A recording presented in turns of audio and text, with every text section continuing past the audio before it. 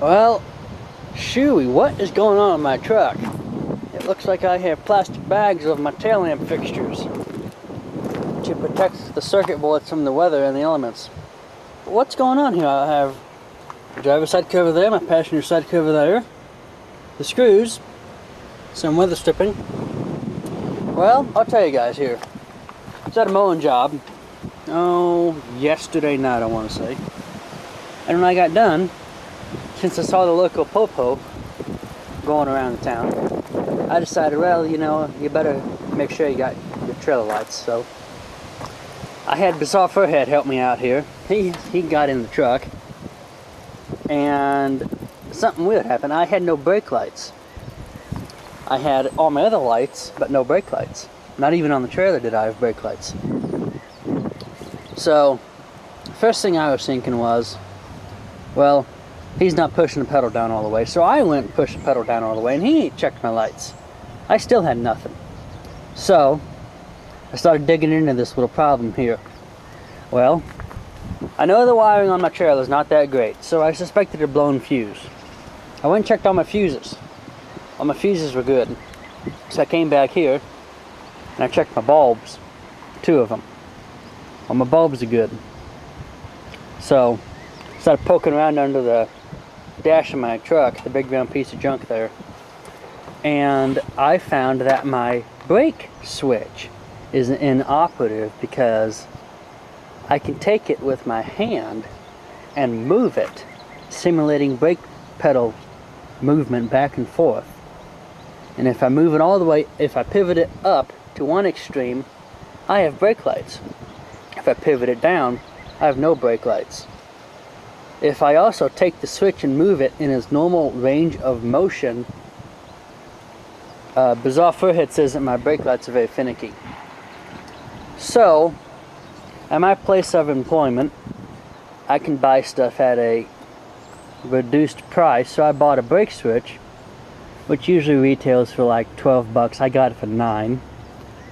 And then there's something else going on with my truck, which is going to be another movie, which I'll tell you guys about. So, stay tuned as I get the brake switch out of shiny white car and install it in big round piece of junk. But first, I need some beer to go with my cookies, because it's been that kind of day. Remember, ladies and germs, when you're doing automotive work, do not drink alcoholic beer. Also, keep your GM vehicles all GM. I mean,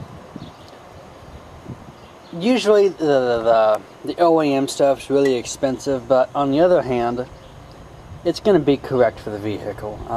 Usually I don't say that, because usually it's not a big deal. But these days, these parts are getting cheap enough. And none of this stuff's made in this country. Well, I shouldn't say that. A lot of this stuff's not made in this country. Anyway, this is my brake switch. Here you go. And you know, I unlocked my car. I didn't get the keys for the truck out. I'm a dum-dum. I go over here.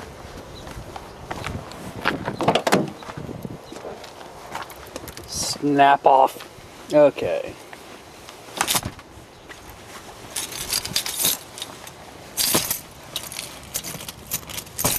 I should have them. We got Pontiac.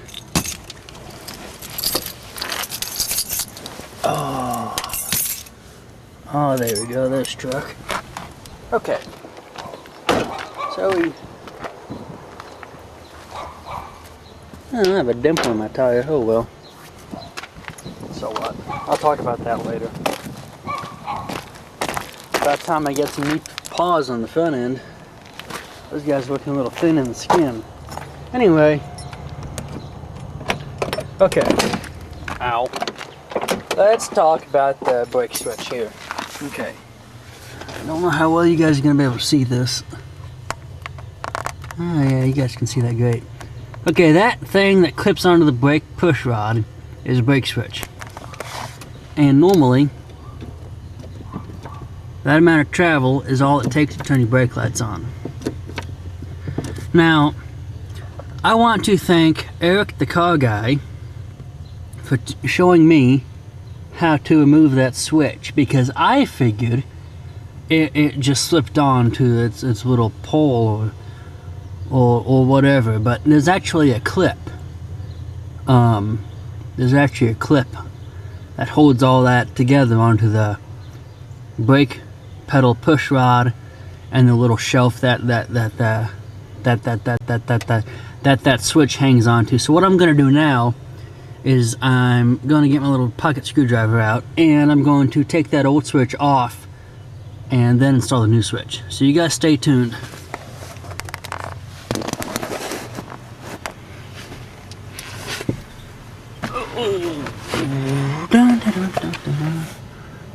Well, I can't see what I'm wanting to do here. Too much crap under my dash.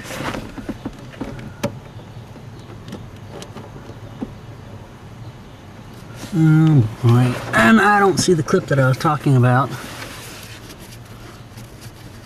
It's just sandwiched by the steering column, and it's kind of hard to get to, but once I find it, hopefully I can just take my fingers and take it off. But I gotta find it again before I can do that.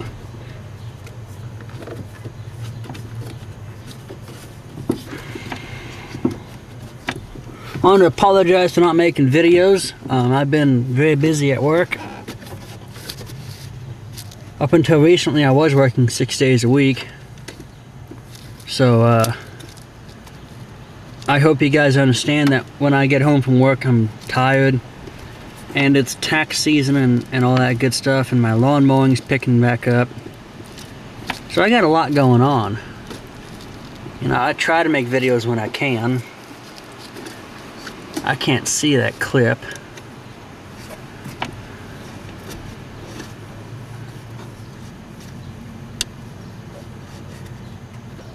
But it feels like it should just move right out of the way, but it's not really wanting to move out of the way.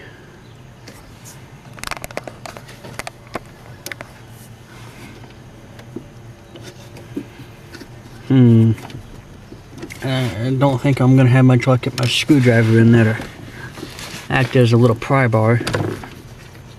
Kind of swearing fit. I finally got this little clip out. You all can see how it's engineered.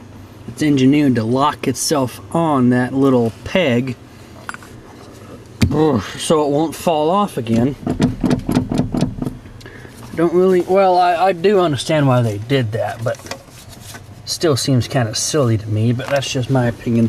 Anyway, this is my old brake switch, and it's got a lot of grease around it, and on that, I'm going to say brass contact right there, there's a spot of corrosion. So, don't worry guys, I am going to take the switch apart right now, and plus it looks like the fins are mighty corroded. A lot of corrosion in there. Anyway, I'm going to take this apart right now and see what failed in the switch before I put the new one in, which is on the tailgate.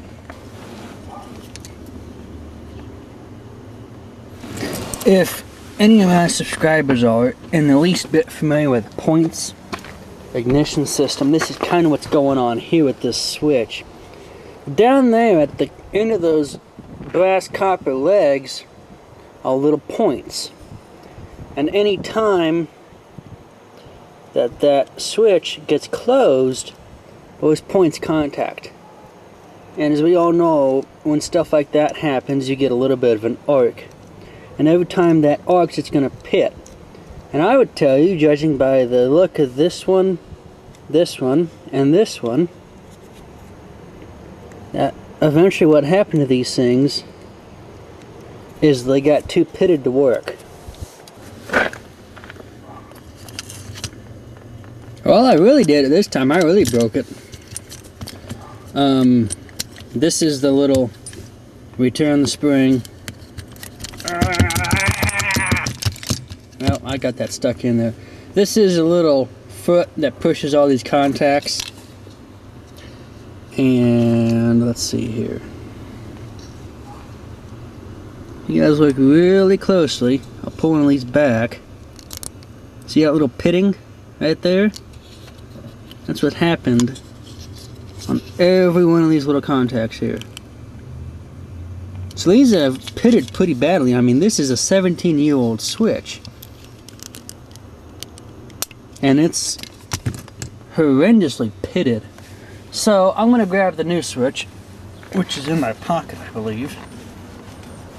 Hello, I'm a new switch. And I'm going to install that really quick, plug it in, get it all back where it goes, and see when my assistant gets over here, see if I have brake lights in my truck and trailer. Up in there where the new switch is, on the other side of that peg, there's like a pull that sticks through a shaft with a cutout in it. And there's a little keeper like I was talking about. And that keeper's got a cutout in it. And it's got a little locking mechanism to lock itself into place. So I had to take one of these, one of Bizarre Fred's little picks, pull that lock up, and then push that keeper down so I could get it off the spindle and get the old switch off. But now,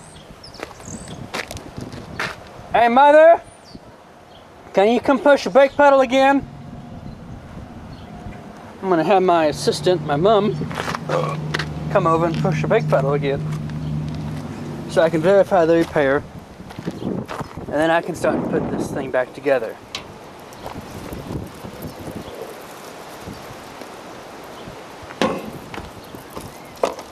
The difficulty of this repair, I probably made it a 6 or 7. You know, about half an hour of my time, and then getting the new switch in and out. Now, okay, 1 brake light, 2 brake light, again, 3 brake light. So it's a good deal. So until next time, this Keykeeper signing out.